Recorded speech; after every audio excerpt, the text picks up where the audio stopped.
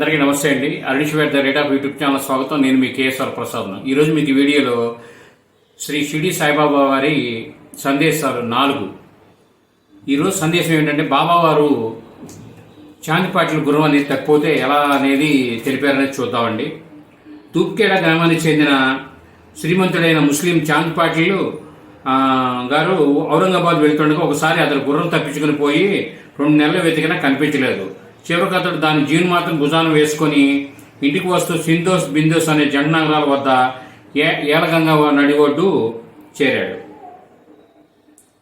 అక్కడ ఒక మామిడి చెట్టు కింద వెరివాని వల్లే ఉన్న ఒక ఫకీర్ కనిపించారు. అతని సంఖలో సట్కా దండము వంటివి, జారు కఫిని అంటే జారు జుబ్బా లాంటిది అంటే కఫిని లాంటిది, తలపై టోపీ ఉన్నాయి. అతను చీను సిద్ధం చేస్తూ చాంటిపాట్లను చూసి తన చెంతకు పిలిచి నవ్వుతూ, ఈ జీను నువ్వు మోస్తున్నావేమి, గుర్రం మొయ్యాలి కదా అన్నారు.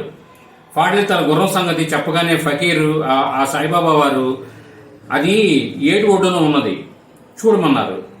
అతను పోయి చూస్తే అక్కడ గుర్రం అక్కడే మేస్తుంది. అంతటితో ఆ ఫకీర్ అనే బాబావారు సామాన్యులు కారని గుర్రాన్ని తీసుకొని అంతటితో ఆ ఫకీర్ సామాన్యుడు కాడనుకొని గుర్రాన్ని తీసుకొని ఆయన వద్దకు వచ్చారు ఫాటిల్.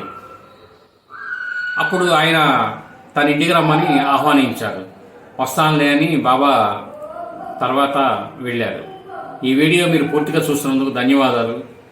ఈరోజు మనం చాందిపాట్ల గారు గుర్రం అనేది తప్పిపోతే బాబావారు ఎలా చెప్పారనేది ఈ సందేశం, ఆయన ఇచ్చిన సందేశాల్లో చిన్న మచ్చుక ఇది. Thank you. ఈ వీడియో మీరు పూర్తిగా చూసినందుకు ధన్యవాదాలు. మేము మరిన్ని వీడియోలు చేయడం కోసం లైక్ చేయండి, షేర్ చేయండి, తప్పకుండా సబ్స్క్రైబ్ చేసుకోండి. Thank you.